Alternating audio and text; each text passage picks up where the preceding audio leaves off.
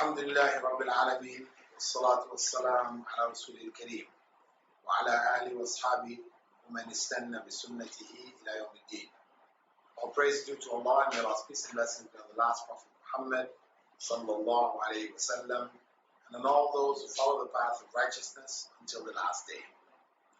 In the previous session, we completed our look at the evolution of Islamic law and the schools of Islamic law. We went from a stage where we had in front of us a mystery, which we unraveled over the course of our look at the history of Islamic law. From it, we could conclude that the school of Islamic law which should be followed is in fact the school of Prophet Muhammad sallallahu alaihi wasallam, the madhab of Rasulullah sallallahu alaihi wasallam. That this was in fact the madhab followed by the righteous caliphs and the Sahaba and the tabi'een, tabi'een, and the scholars of the madhabs that we know today. This was their effort to try to follow this way, to elucidate this way, to apply the way of Rasulullah ﷺ to their circumstances, their locations, their era, to solve the problems that they were faced with, legal issues that were related to Islamic law, that had to be, solutions had to be found for them in their own times. And in the times that followed, scholars continued with that effort. However, schools arose, or schools became identified in accordance with the leading scholar of, or leading proponent of a particular approach to Islamic law. And this created, initially, schools that people would gather and study at, or study from. But later on, these schools became rigid and divisive and created splits in the ranks of the Muslims.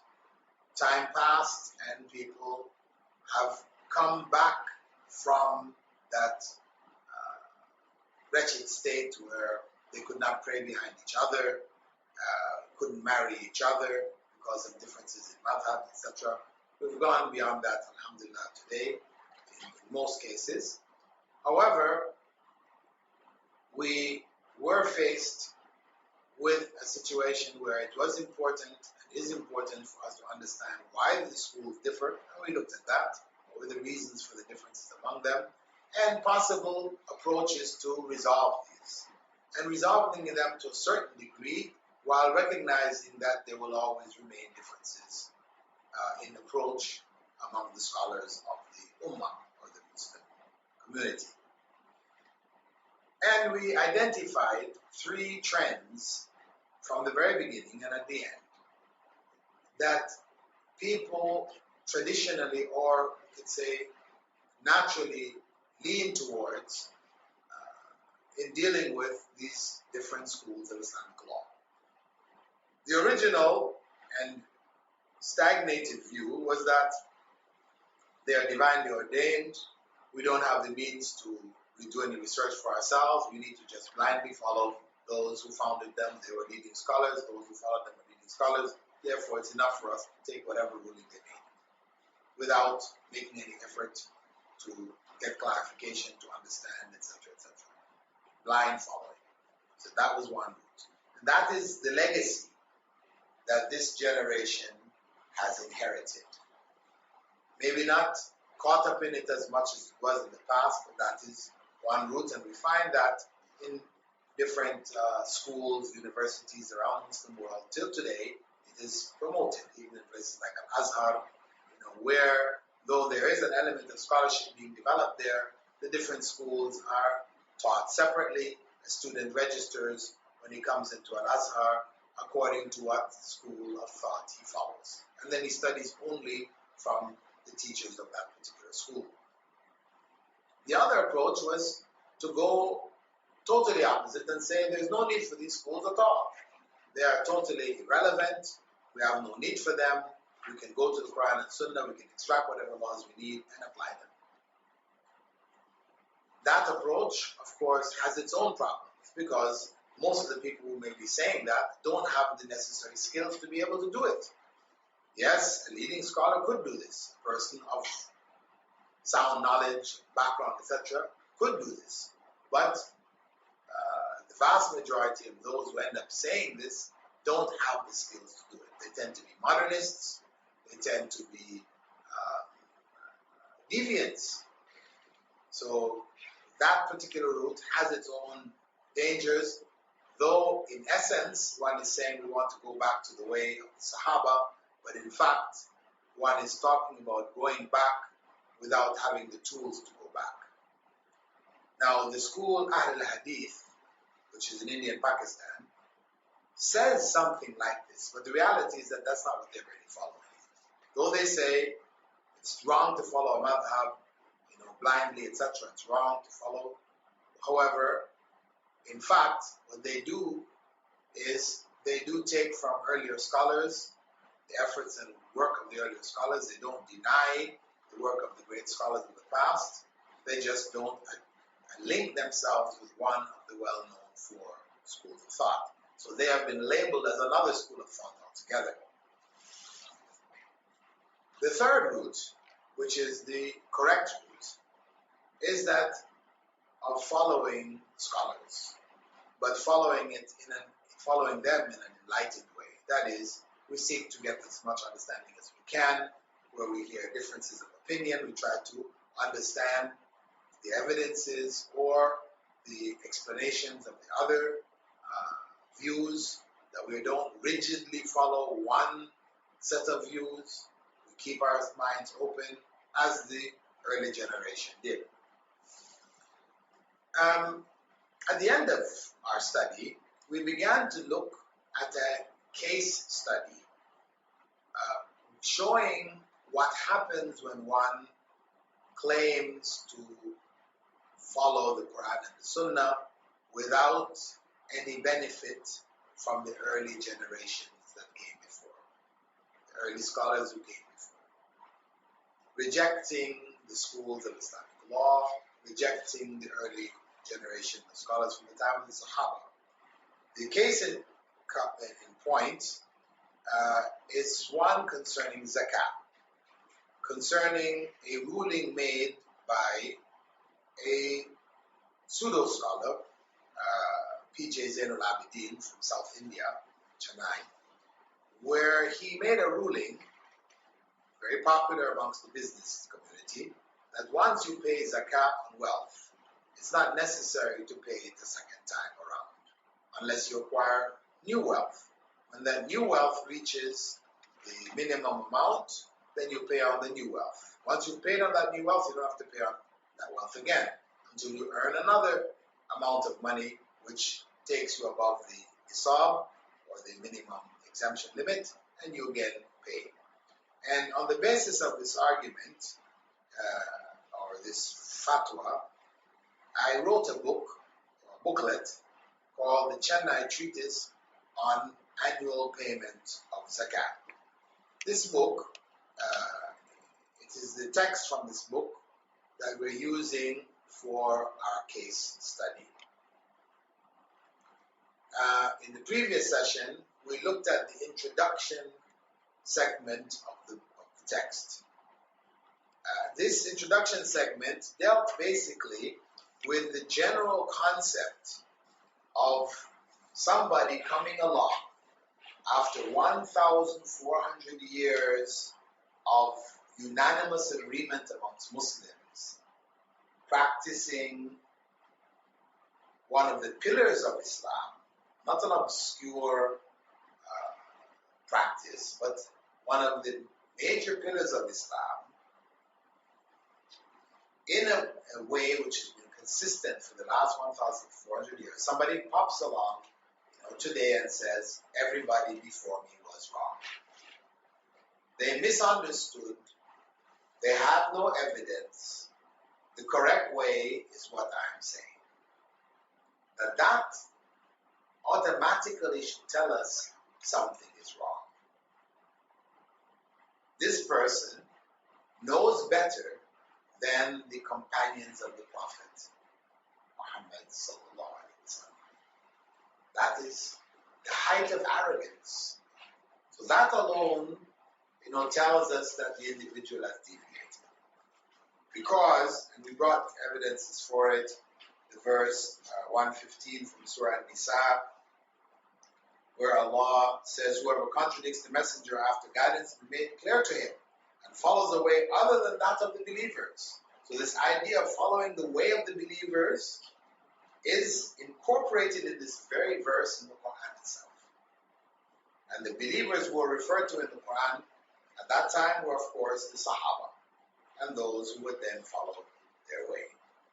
So we talked about the importance of following the understanding of the Sahaba, and then we gave other examples of how people could go astray by taking generalities from Quranic or Hadithic texts and applying their own understandings to it. We gave some examples of that.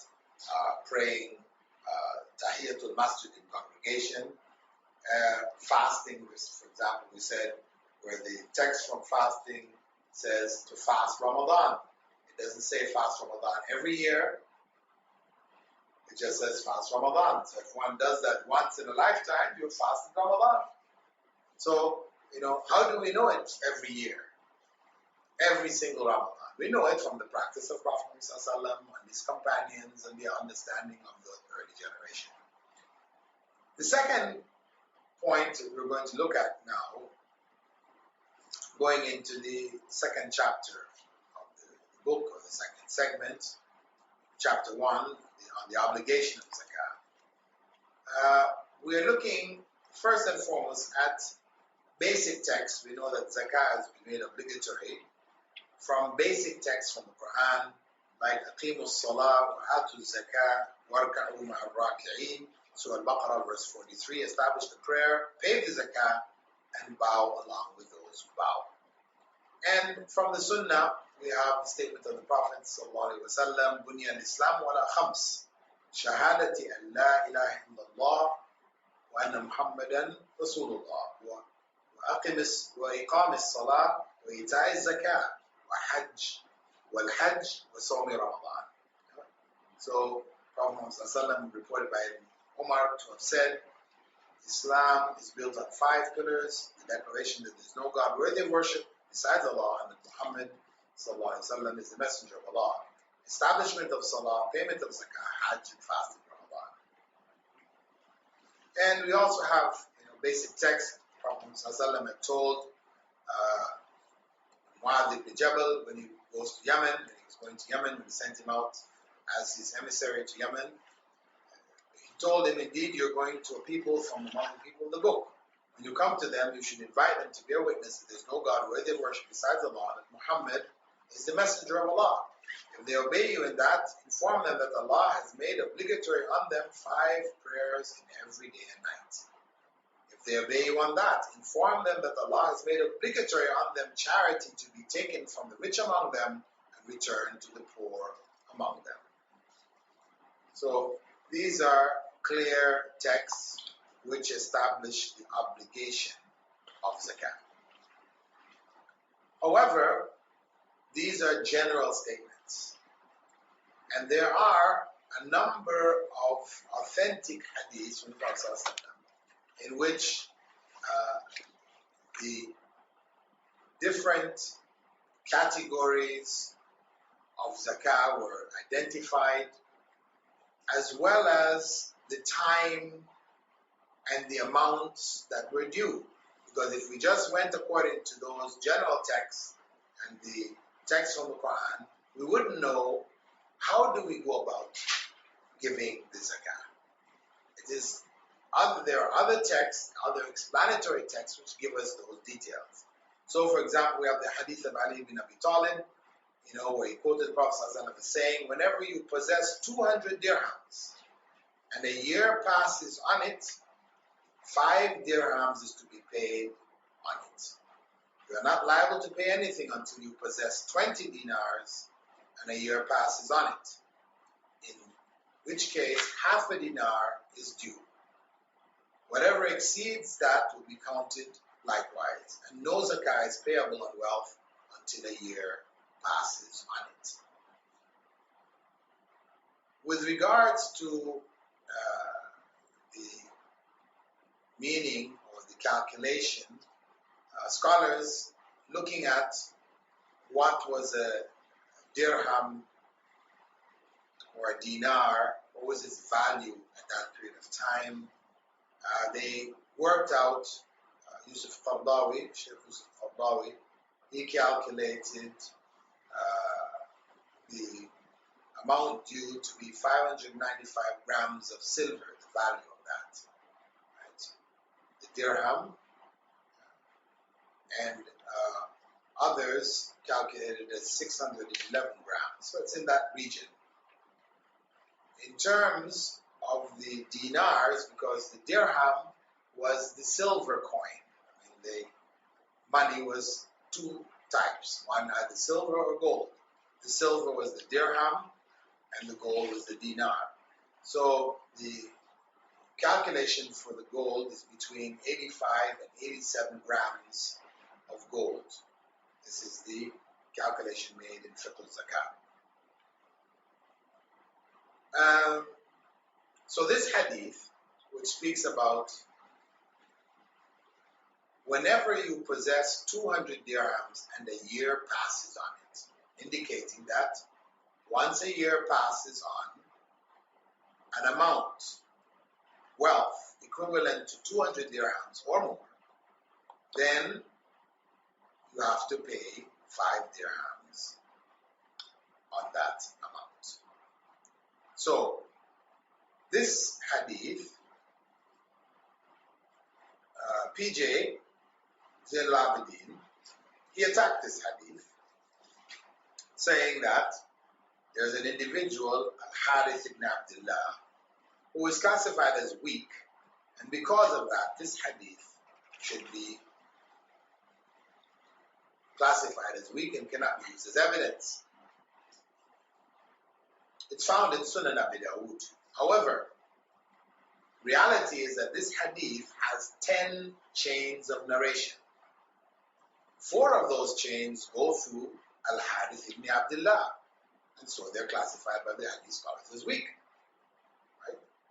However, the 6 other narrations go through Asim ibn Damra, who is a reliable narrator of hadith, and the remaining narrators of the chain are all thiqah, or highly reliable. Hence the hadith was declared by Sheikh Nasruddin al-Albani in his Sahih Sunan Abi Dawud as authentic. Hadith number 1573. We also find another narration by Zayd ibn Aslam, a narration found also in Sunan at-Tirmidhi, in which Zayd ibn Aslam reports from Abdullah ibn Umar that he quoted Allah's Messenger saying, whoever acquires wealth has no zakat to pay on it until a year passes on it in the sight of his Lord. Again, PJ attacked this hadith. Though the hadith doesn't say every year you have to pay zakah, even on wealth which you have paid on the previous year. It doesn't say that. But he attacks this hadith because this hadith says that you pay when a year passes on it. It's general. Right? At any rate, he declares it da'if because Abdurrahman ibn Zayd ibn Aslam was classified as unreliable. But this is only one of 3 chains of narration. The other 2 chains are through Nafi' from Ibn Umar, right? And we know from our study of hadith science that the golden chain, what is considered, they call it the golden chain, one of the shortest chains of narration, whose with which all of the narrators are of the highest and most impeccable levels, is Nafi' from Ibn Umar, from Rasulullah sallallahu alaihi wasallam. That is the impeccable chain. And this same hadith is also narrated from Nafi' through Ibn Umar. And because of that, the hadith was classified by Shaykh Nasruddin as well as Tirmidhi himself as Sahih. It can be found in Sahih Sunan al-Tirmidhi, hadith number 634. So, we have two statements from the Prophet ﷺ saying, when a year passes on a certain amount of wealth or on wealth, zakah is due.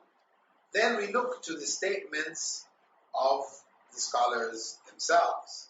We find the scholars, Ibn Umar, for example, saying, whoever acquires wealth has no zakat to pay on it until a year passes on it in the sight of his Lord.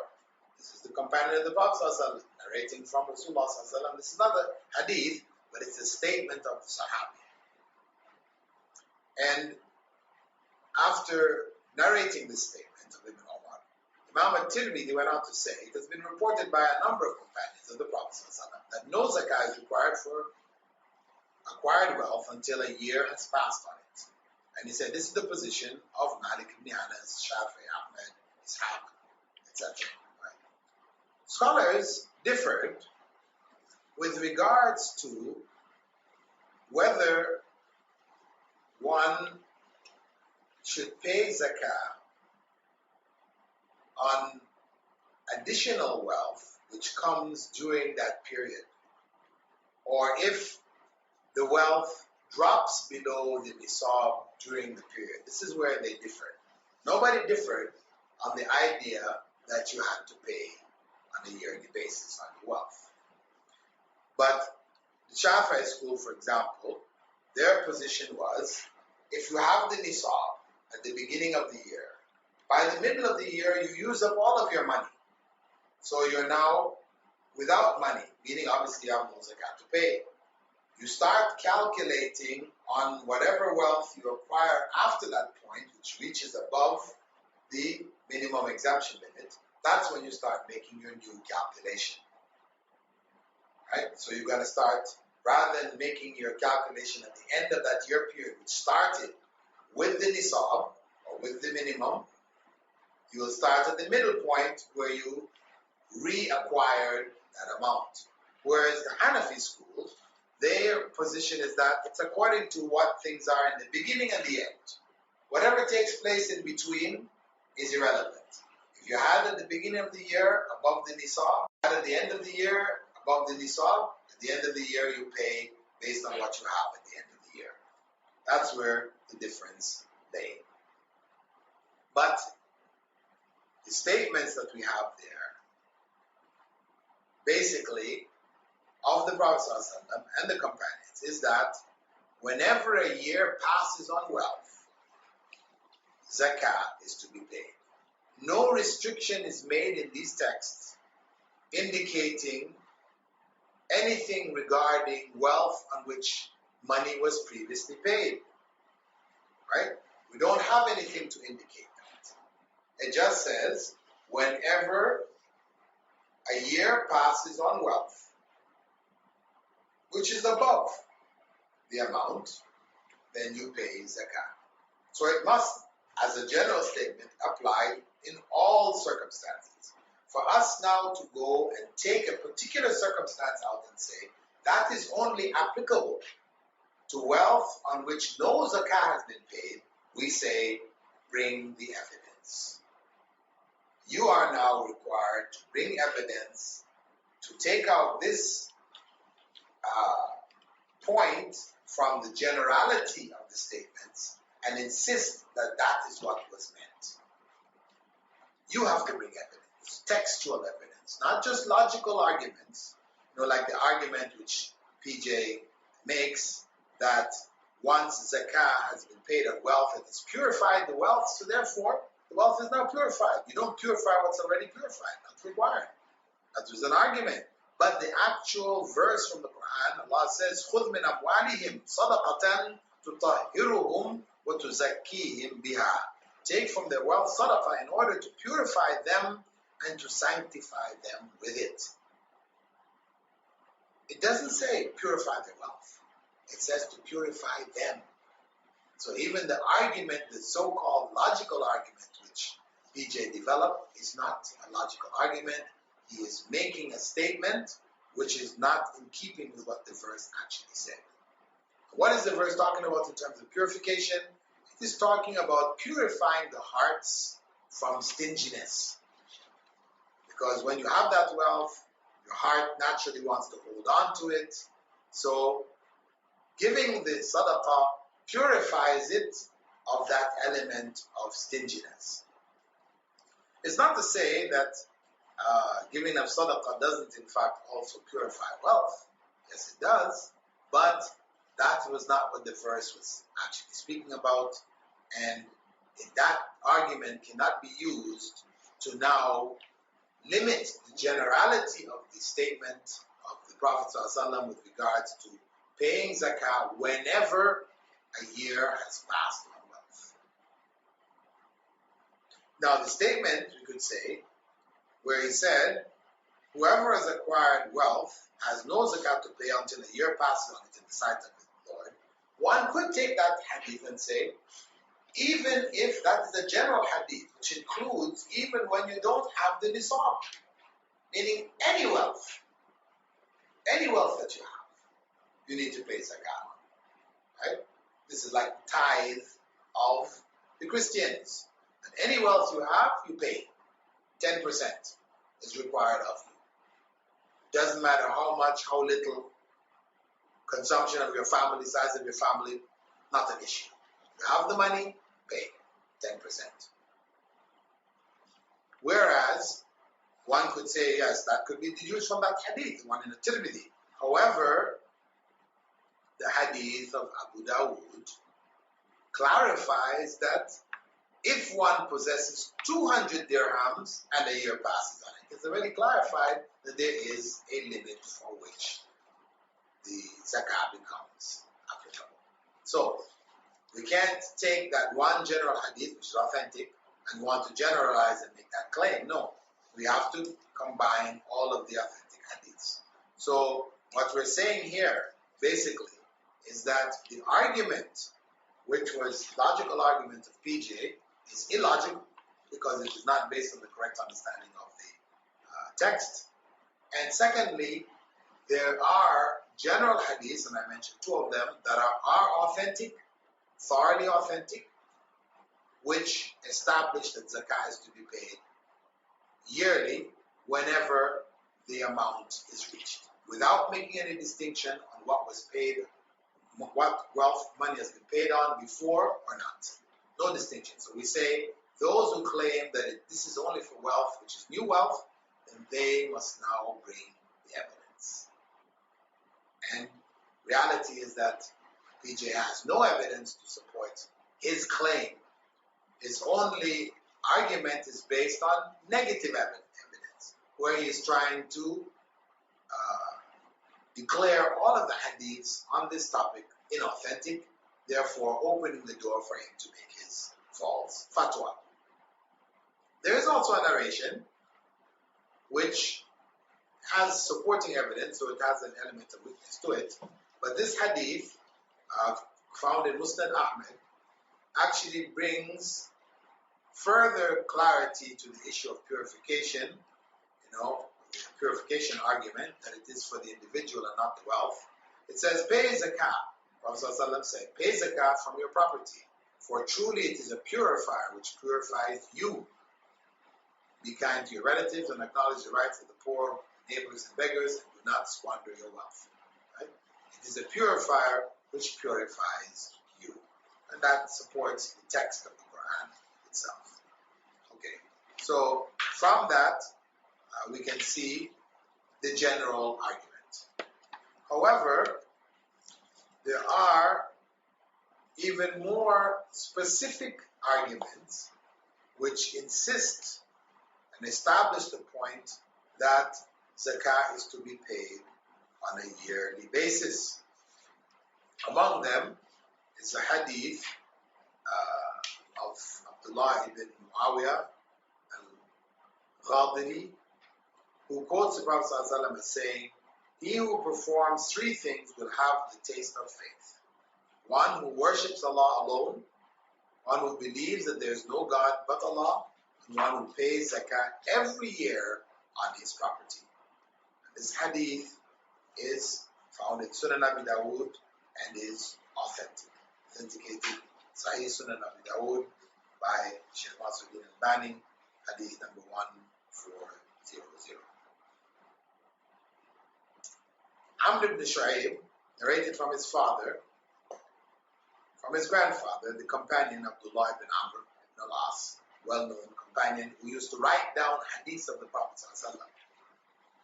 He was one of the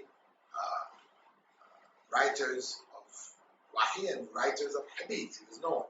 The Prophet ﷺ had affirmed and confirmed his decision to write down the hadiths. In fact, in a well-known narration from himself, he mentioned that people actually questioned why he should be writing down the hadiths. And because of that, he stopped, went to Rasulullah ﷺ. The Prophet ﷺ said, "Write, because whatever comes from," he pointed to his mouth, he said, "is truth."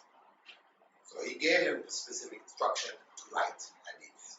So we know of the leading Sahaba, narrators of hadith, he's among those who wrote down hadith. So he said, Amr ibn al-As, Abdullah ibn Amr ibn al-As, he used to write to his custodian, Salim, to extract zakat from his daughter's jewelry every year. He instructed ones who were looking after his daughters to extract zakat from their jewelry every year. In both of these statements, we have one, property. If you pay zakah on property every year, isn't it that the same property? That's what is most commonly understood. You have property, you pay zakah every year, it's obviously going to be on property on which you paid zakah the previous year. Right? It doesn't say on newly acquired property, but just on property. If you have property, then you must pay zakah on it every year. So that's indicating that it is a yearly obligation. That is a hadith. The statement of Abdullah ibn Amr that zakah was to be extracted from the jewelry of his daughter. Again, zakah from the jewelry is the same jewelry. It doesn't mean, it's not newly acquired jewelry every year, but every year from the same jewelry that she has, zakah was to be extracted. So these statements, the statement of the Prophet ﷺ of it being annual, and the statement of Abdullah ibn Amr that it be annual, are clear indicators because they are general statements clarifying that it is an annual extraction. To claim otherwise, one must bring evidence. These are evidences. This is how we're systematically taking apart the argument of P.J. Zain al-Abidin, who continues to claim that zakah need only be paid once on wealth and not the second time.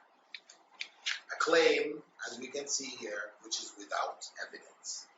There is another piece of evidence we can add to this, that Prophet Muhammad ﷺ had given permission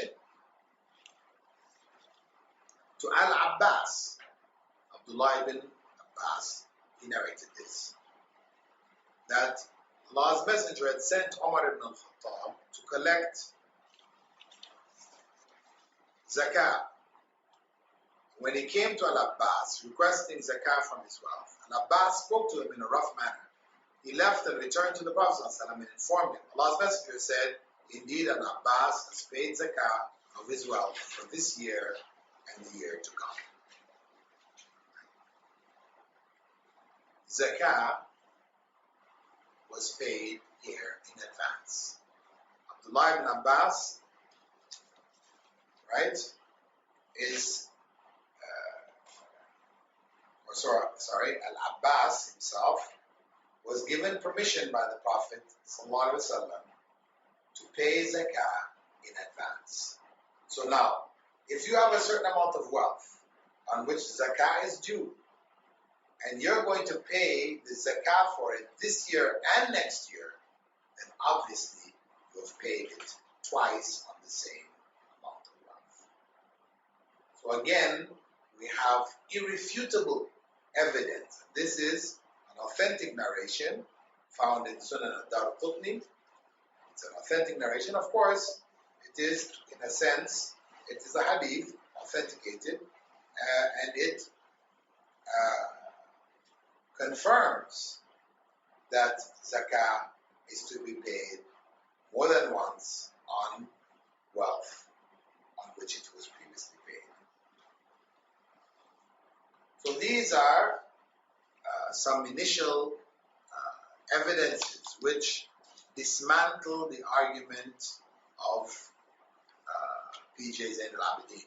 There is one other text, and that is zakah on the wealth of orphans. Again, a text which PJ Zain al-Abidin spends a lot of time trying to refute.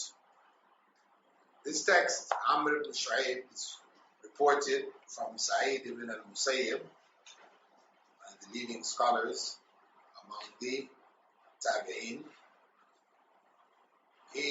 Sa'id ibn al-Musayyib reported that the second caliph, that is Umar ibn al-Khattab, said, trade with the orphan's wealth so that zakah will not consume it.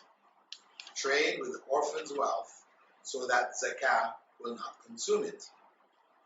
So, if he said that zakah will consume it, it means obviously how is it going to consume it? It means if it's going to be taken from that wealth every year, it will get less and less and less and less till it's consumed. So, this statement of Umar ibn al-Khattab, obviously this is a statement of a Sahabi, it's not a hadith, it's a statement of a Sahabi. We also find similar statements from Ali bin Abi Talib, from Aisha, from Ibn Umar, etc., all of them making these statements. Now, there are narrations in which these statements are attributed to Prophet Muhammad, and that is what Zain al-Abidin spends time confirming that they're weak. It's true, they are weak. However, reality is that these statements of the Sahaba, especially Umar ibn Khattab, righteous caliph, about whom Prophet Muhammad had said, along with the other righteous caliphs, follow my sunnah and the sunnah of the righteous caliphs after me. So we are obliged to follow his understanding. So this becomes among the irrefutable evidences.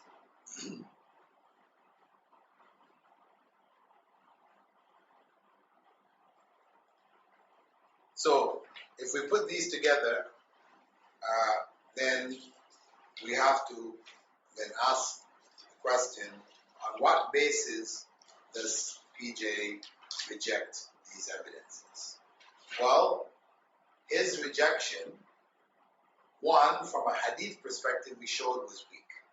Because he's not a hadith scholar, he has some understanding of hadith, so he can go in, can extract, but he's selectively extracting. He is making rulings on hadiths based on some narrations, when the hadith science teaches us that we don't make a ruling on hadith until we have all of the narrations. If we find a hadith in which the weakness is due to a fabricator, then of course that hadith can never be elevated. It is a hadith which is rejected in its totality.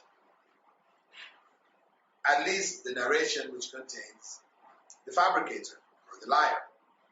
But where you have hadith, where the hadith is judged as weak due to poor memory, as we said, even Ahmad ibn Hanbal, as a scholar, utilized such hadith over his personal opinions.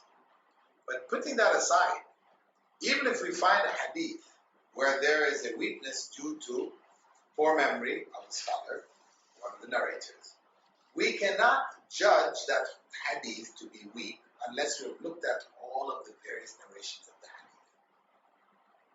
And this is what we could see, that the hadiths which he attacked previous hadith, not necessarily the one here concerning the wealth of orphans, because all of the narrations with regards to wealth of orphans, as hadiths are weak, but as statements of the Sahaba, the leading Sahaba, the Khulafa Rashidin, they are strong. But the other hadiths, which he classified weak, were in fact strong hadiths based on other chains which he ignored. Likely because they come in the same texts. It's not that they're found in other texts. It would seem that this was a deliberate attempt to mislead people by picking and choosing selectively what supports his argument and rejecting or ignoring what doesn't support his argument. As regards the statements of the Sahaba, he made the claim that they are human beings capable of error. We don't need to follow their statements. It's just opinions. We're not obliged to follow the opinions of the companions. But this attitude is an incorrect attitude, because as we showed earlier, the opinions where the companions agree, we're obliged to follow their opinion, meaning their understanding of the deen. Where they differed, then we're not obliged to follow any one opinion unless there is sufficient evidence to support that that is in fact the correct opinion. Where they have differed and have interpreted a particular issue in more than one way, there's no sufficient evidence, not sufficient evidence to determine which way is in fact the correct way, then of course we have the right to choose any of those opinions, or even the opinions of later scholars, since there is no consensus on the issue. So this is the realm in which we are able to say, well, okay, that was just an opinion. There are other opinions. We're not obliged to follow that opinion. But where the companions are agreed, we don't find any dissenting opinion, then their understanding based on that opinion becomes obligatory on us. So the argument of Zain al-Abidin is rejected from that perspective, as well as from an evidential perspective, because as we said, all of his arguments are negative arguments. They're not arguments, positive arguments, meaning here's my proof that you don't have to pay zakah on wealth on which zakah has already been paid. Here's my proof. Here's a hadith. Here's a verse from the Qur'an. He has no such evidence. He's used a logical argument, which we showed was in fact not logical at all, because it's based on a misreading of the verse. The verse doesn't speak about purification of wealth. It talks about purification of people. And as we explained, it meant purification of their hearts from greed. So that concludes basically our look at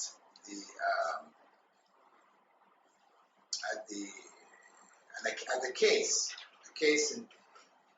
which is worth considering, where somebody not having sufficient tools, taking hadith texts, claiming to go back according to Qur'an and Sunnah, without sufficient knowledge, then ends up making an outlandish ruling, creating a huge fitna in the ummah that speaks that particular language, the Tamil language. So Muslims in Sri Lanka, Muslims in South India, in Tamil Nadu state, have experienced this fitna, and it has caused splits in their ranks, and it has led to people not paying zakah. That, of course, is a great evil in and of itself. The payment of zakah being among the primary obligations on a Muslim. Whenever Allah talks about establishing the prayer and paying the zakah, you see that repeated over and over throughout the Qur'an and in the statements of the Prophet.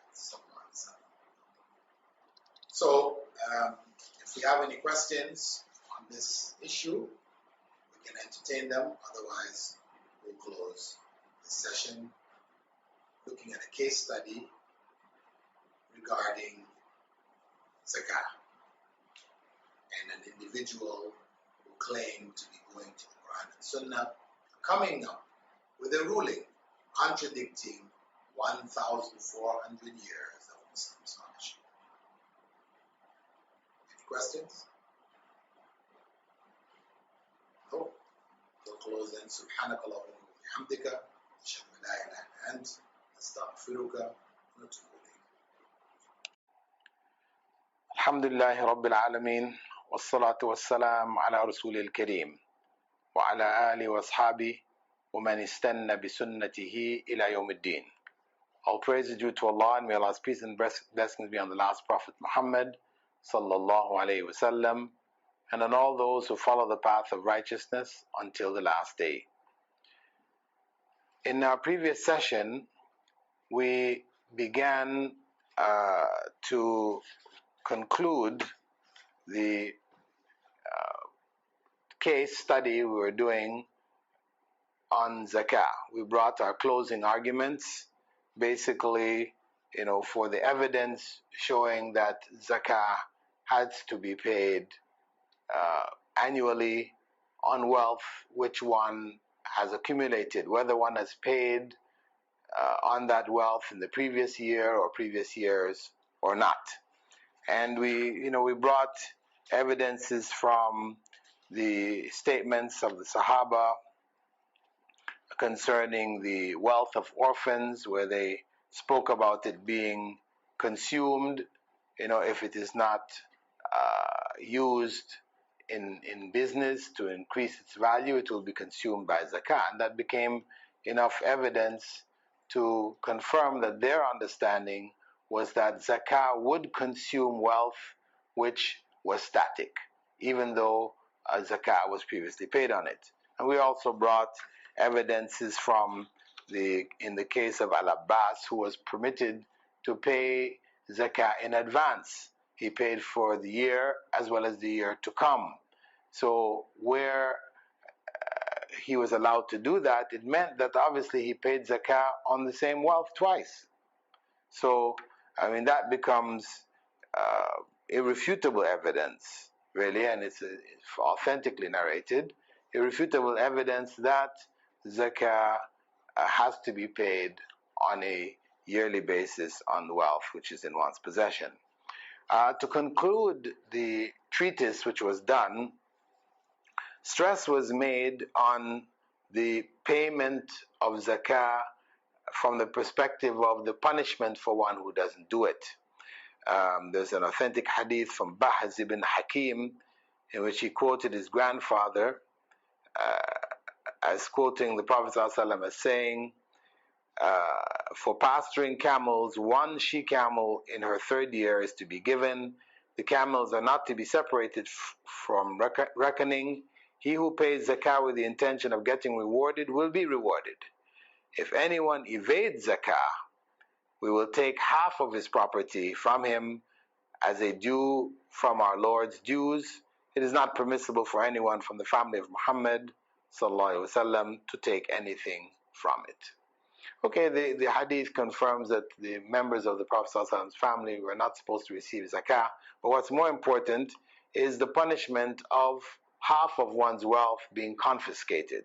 This is the basic punishment for those who refuse to pay zakah, that the state, the Muslim state, would take from their wealth half.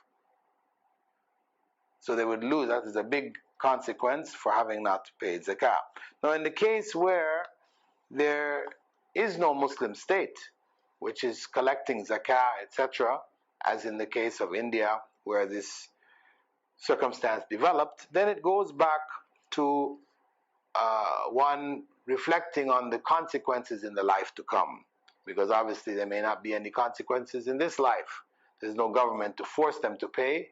So if they take the fatwa of PJ Zain al-Abidin and escape the payment, then what is the consequence in the next life? Well, we find in Surah Tawbah, Allah saying there, give tidings of a severe punishment for those who store gold and silver and do not spend it in Allah's way. On the day when the hoarded treasure will be heated in the hellfire, and their foreheads, sides, and backs will be branded with it, it will be said, "This is the treasure you hoarded for yourselves. Now taste what you used to hoard." That is among the consequences. And we also have a narration from the Prophet Muhammad ﷺ in which he was quoted by Abu Huraira as saying, "Whoever Allah has blessed with wealth but does not pay zakah on his wealth, then on the day of resurrection his wealth will be made like a bald-headed poisonous male snake with 2 black spots over its eyes. The snake will encircle his neck and bite his cheeks and say, 'I am your wealth, I am your treasure.'" Then the Prophet ﷺ recited the verse, that's verse 180 from Surah Al-Imran, in which Allah said there, let not those who stingily withhold of that which Allah has bestowed on them of His bounty think that it is good for them. No, rather it is worse for them. For the things which they greedily withhold will be tied to their necks like a collar on the day of resurrection. And we also have another narration from the Prophet ﷺ in which he said, "Every owner of treasure, stored wealth, who doesn't pay his zakah, will have his hoard heated in the hellfire and made into plates. Then his sides and forehead will be burned with it until Allah judges between His slaves on a day equivalent to 50,000 years. Then he will see his path leading to either paradise or hell." Meaning that, of course, the fact that they will be punished in the hellfire doesn't mean that they will be in hell forever, but they will suffer as a result of hoarding the wealth. So, in concluding the chapter, the hadith of Al-Halal Ubayin wal-Haram Ubayin, one of the most classical hadiths, which represents one of the foundational principles in Islam, narrated by Nu'man ibn Bashir, in which he quoted the Prophet ﷺ as saying, "The halal is clear and the haram is clear, and between them are doubtful things. Whoever avoids the doubtful has protected his religion and honor, and whoever falls into the doubtful will eventually fall into haram." So this hadith also lays down a general principle here. What we can be certain about is that zakah's payment, as is known by everybody, is a yearly affair. Therefore, to be certain, that person being certain, he can have no doubt about that, everybody else is doing it, he goes ahead and pays. Or he can go into the doubtful area where it has been promoted that he can be excused from paying if he's already paid on one occasion, and by doing that he puts himself into a major area of danger. In fact, as the Prophet ﷺ warned, that stepping into that area ultimately causes one to fall into haram. So, in concluding, we can see from all that we have looked at previously, from the text of the Qur'an and the Sunnah, and the statements of the companions of the Prophet ﷺ and the leading scholars, that there is no room for excuse from paying the zakah. The evidence is overwhelming. The only way to avoid this is to reject the hadiths, which are authentic, reject the statements of the companions, which are also authentic, and reject the authentic interpretation of the statements of the Qur'an. And that is basically what P.J. Zain al-Abidin has done. He has systematically reinterpreted the Qur'an, changing actually the text in the course of creating new meanings for himself, where he claims that once you've paid zakah on wealth, it has purified the wealth, therefore no need to purify it a second time. Whereas we showed that the verse does not say purify one's wealth. It says purify the individual. So it's purification of the individual, meaning spiritual purification from the desire for and love of wealth. And from the Sunnah, we see that in many occasions where he has declared hadith da'if or weak, based on statements of early scholars, we showed that other scholars have pointed out that it was only certain particular narrations which were in fact weak, and there are other narrations of the same hadith which are authentic, which he ignored and did not address. So, and we know that in the science of hadith, where you have narrations of a text, some of which are authentic and some of which are not authentic, then you go according to that which is authentic. If the narrations themselves are established, the people are known, etc., then we don't use the weak narration of a hadith to cancel the authenticity of the hadith in its totality, including its authentic narrations. The strong and authentic narrations override the weak ones. Of course, we still admit that these particular narrations are themselves weak, so that hadith which has a weak narration, if it is not due to there being a liar in the chain, but it's due to someone who was of weak memory, something like this, then we elevate that hadith from being weak to what we call acceptable based on other narrations, or hasan li ghayrihi. Elevating it from da'if to hasan li ghayrihi. This is a well-known principle from the science of hadith. And as to the statements of the companions, what we found is that PJ equated himself with the companions. Whatever they said, our opinions, and he has an opinion, and his opinion is on the same level as theirs. But that is nonsense. Prophet Muhammad ﷺ had said that the best of generations is his generation. Those companions are superior to anyone who is going to come afterwards. And their opinions cannot be equated to our opinions. They were there when the revelation was coming. They know what the revelation meant. So their opinions, especially when they agree, in particular, the leading scholars of the Ummah have accepted that where the companions have agreed on something, then we must take that opinion. Where they have differed, then we have the right to choose among their opinions, which one we feel to be more suitable or appropriate in a given case.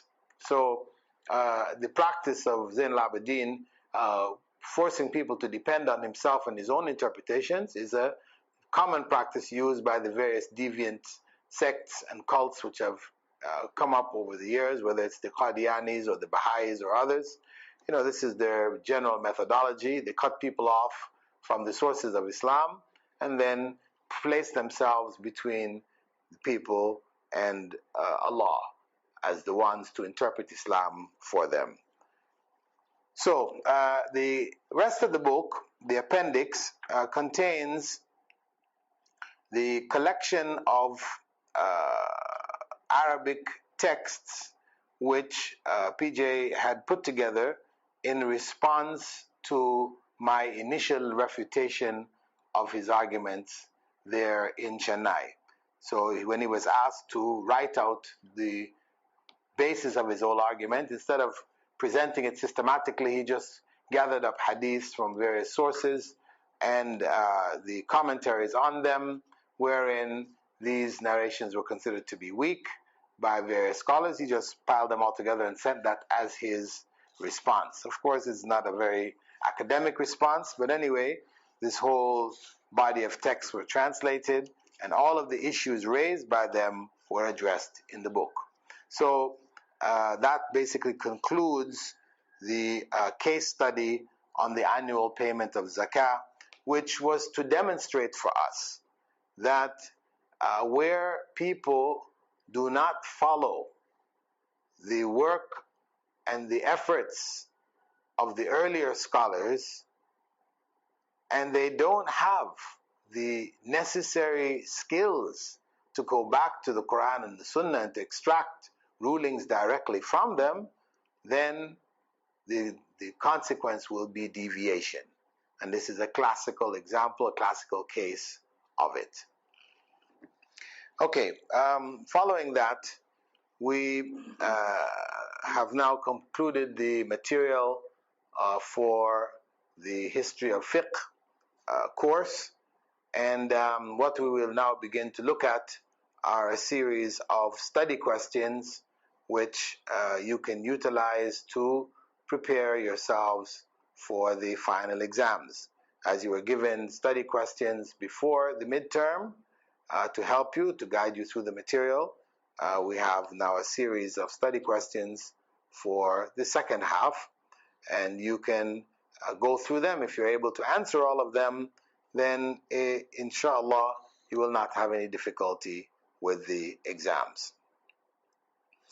The first of the study questions, which is from chapter 7, which looks at the fifth stage, known as the stage of consolidation. And this is a 600-year period between the end of our previous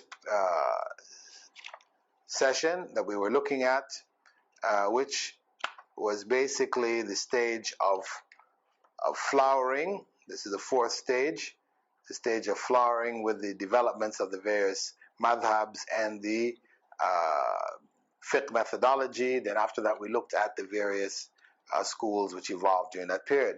Now following that period, and we had two levels of it, the earlier part and of the major hadith scholars, and then of the minor hadith scholars. We had a 200-year period there, representing the beginning of the Abbasid state to the beginning of its decline.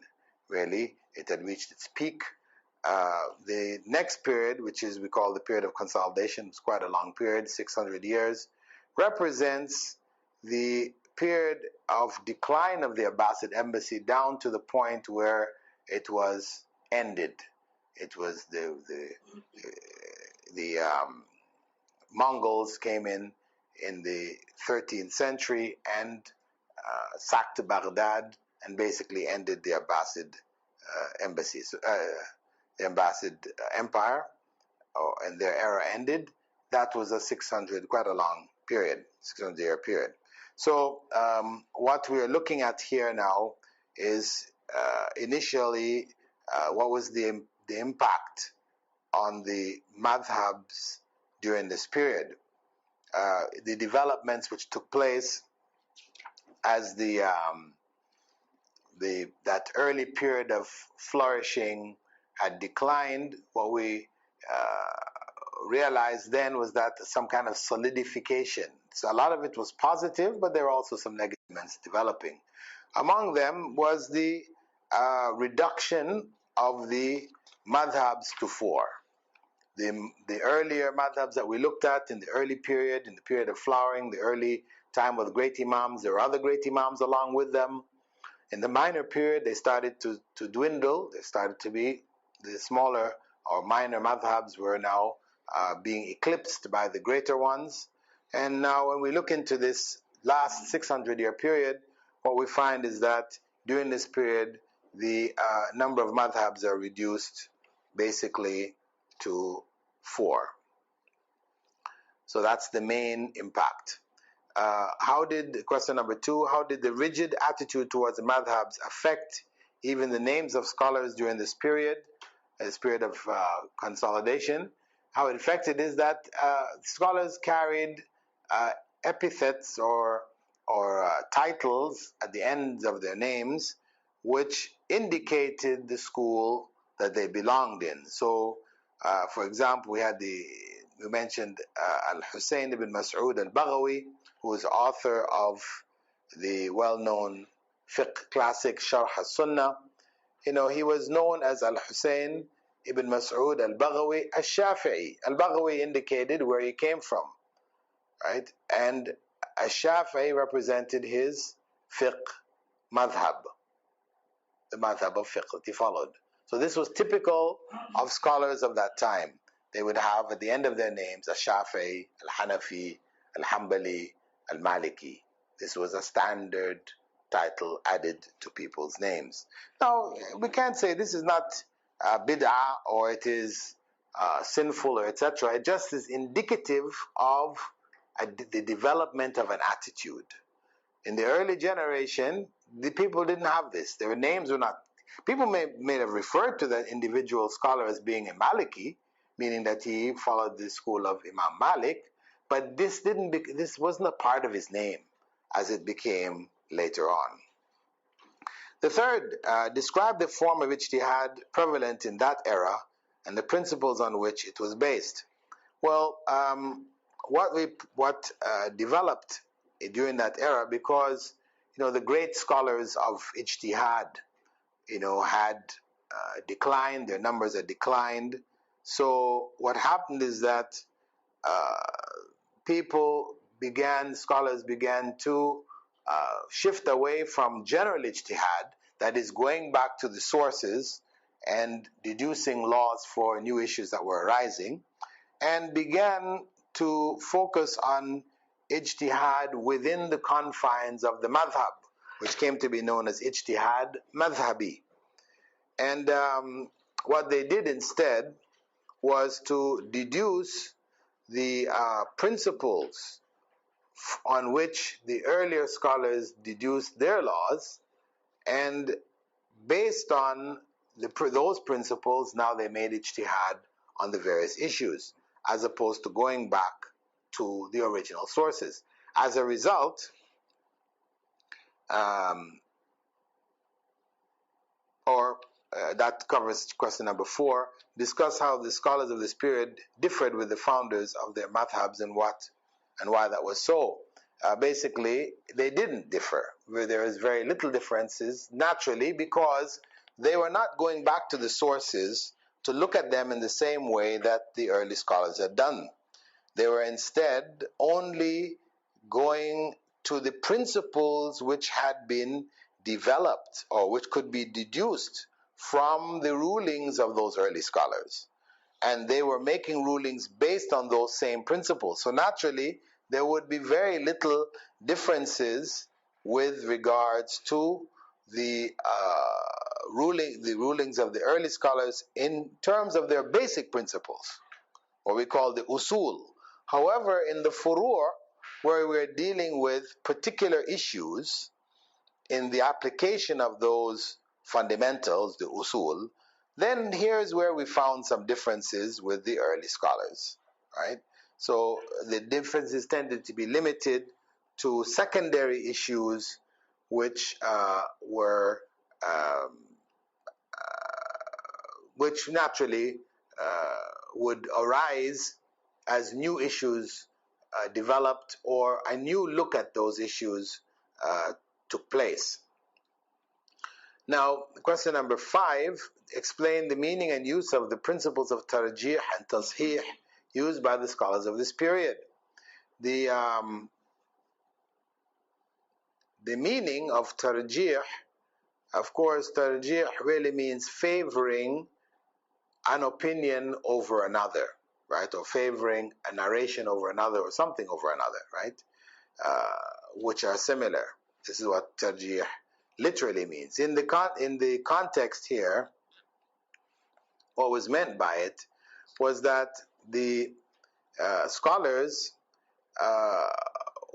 started the process now of weeding out weak opinions.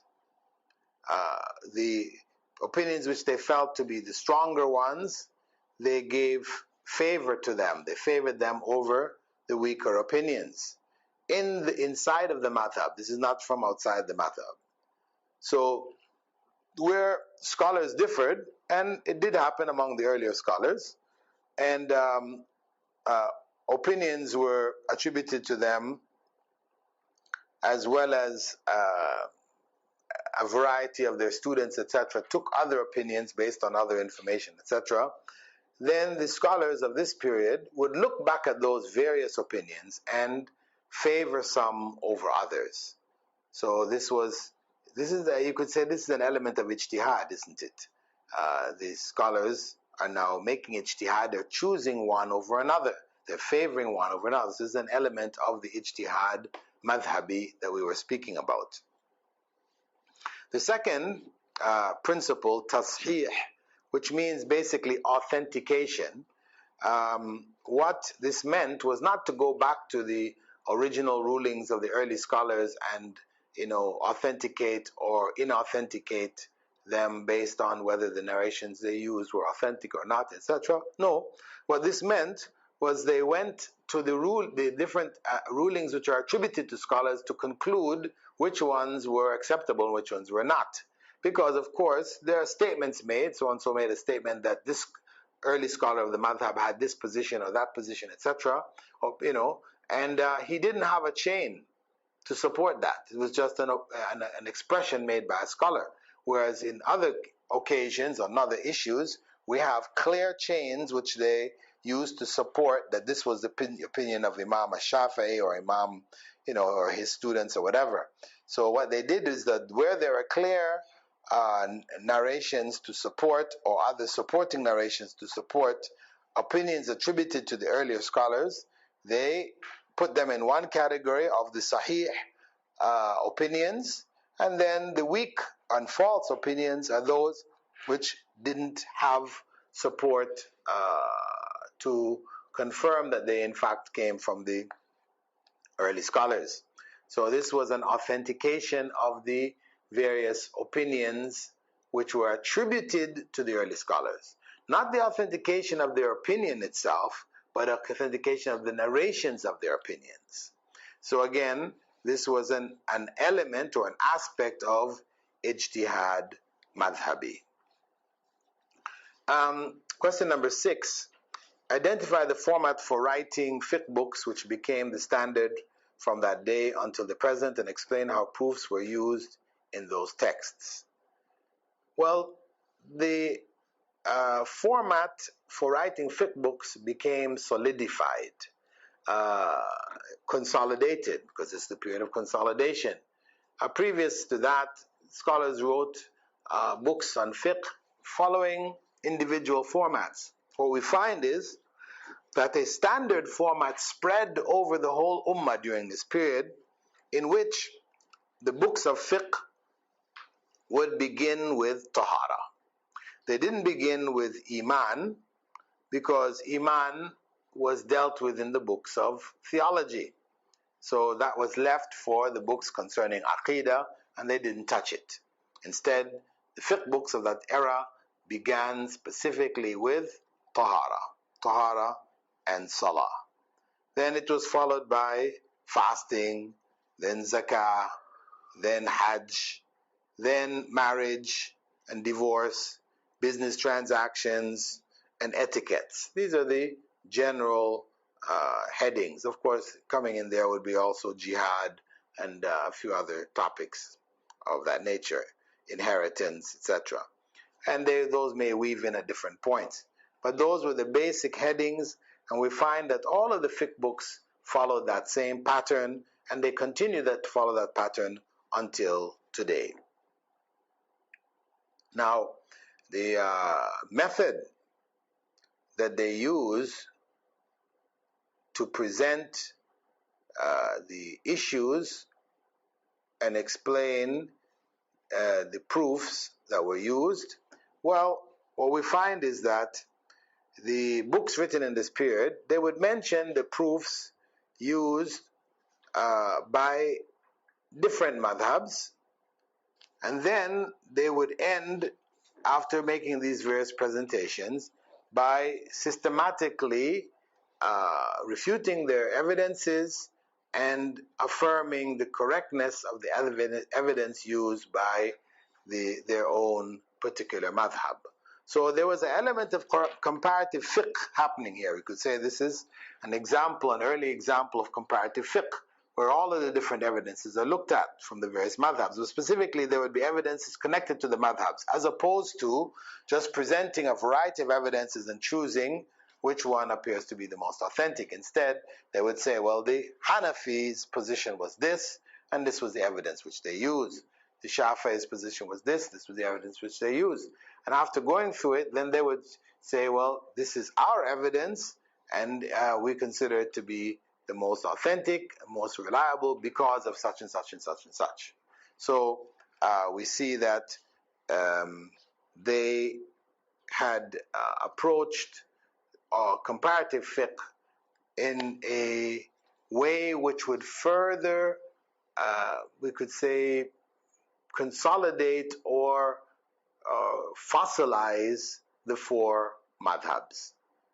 Because proofs were being used to establish one's madhab, not necessarily to establish what was ultimately the truth, but it was in defense of the madhab. So that was the overall status of the madhab during this period. Now, question number 9 goes into chapter 8, which begins the stagnation and decline period after the sacking of Baghdad, which question 9 asks about. Identify the historical incident which marked the beginning of the period of stagnation and decline. And that incident was none other than the sacking of Baghdad. The Mongols, who had began their attack with Genghis Khan coming from Mongolia, northern China, and they finally worked their way, his descendants finally worked their way down to Baghdad, which was the center of the Abbasid Caliphate, the center of the Muslim world, the Eastern Muslim world. There were centers also in Spain, but the center of the Eastern Muslim world was Baghdad, and it was completely destroyed by the Mongols. The libraries were burnt, scholars were killed, the Caliph and his family were executed, so everything ground to a halt at that point. And as a result, it had its own impact on the fiqh of that era, and begins a new approach to madhab and following of a madhab, etc., which we will look at in the coming sessions as we continue to work our way through the various study questions. So I should also mention here that this era represents also the rise of the Ottoman Empire, which was established in 1299, towards the end of that century, the 13th century. So the fall of Baghdad, though it represented politically the end of the Abbasid Empire, it also ushered in a new empire which kept the Islamic world alive, and it continued to spread on into Europe, etc., spread on into Spain in the name of the Mughals.